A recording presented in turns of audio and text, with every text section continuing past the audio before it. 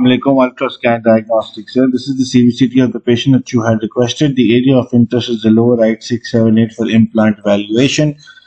This is the sagittal view of the lower right 678.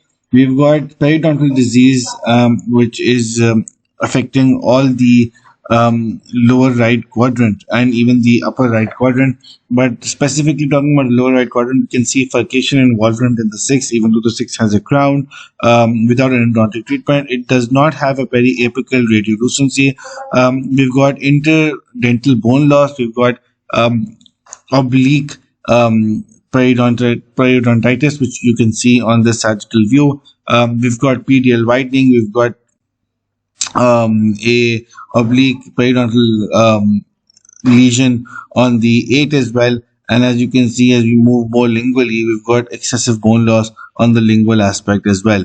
Now, as far as implant placement is concerned, we will highly advise that this region be grafted and rid of the periodontal problem first, and then we will advise placing an implant here. If you look at the sagittal view, which is the top to bottom view, on the sagittal view, you will be able to see that the buccal area still has bone, whereas the lingual is absolutely absolute bone loss throughout. The 8 has a lingual lesion, the 7 has a lesion, and the 6 also has a distrolingual lesion. When we look at the 3D rendering here, also you can see that you've got significant bone loss in the 6, 7, and 8. Now, as far as the bone quality is concerned, now this is the lower right 6 mesial root. On the mesial root, you can see we've got approximately 9.5 millimeters of ridge width with approximately 11 millimeters of height.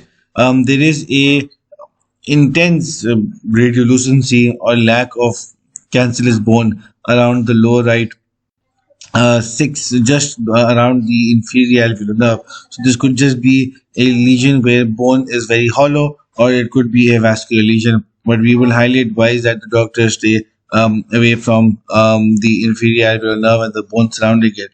This is the interradicular bone. The interradicular bone, again, we've got approximately 9 millimeters of ridge width with approximately and 10 millimeters of width with 10 millimeters of height is available in the interradicular area. But if you want to measure towards the inferior alveolar nerve, we've got approximately 12 millimeters to the inferior alveolar nerve. This is the interradicular bone. The region of the 7, if the 7 is extracted, so we've got very short bone here though. We've got approximately 11 millimeters of width with only 11 millimeters of height. So if this region is grafted, so there is adequate bone in the future for implant placement. I hope this answers all the questions. Thank you very much.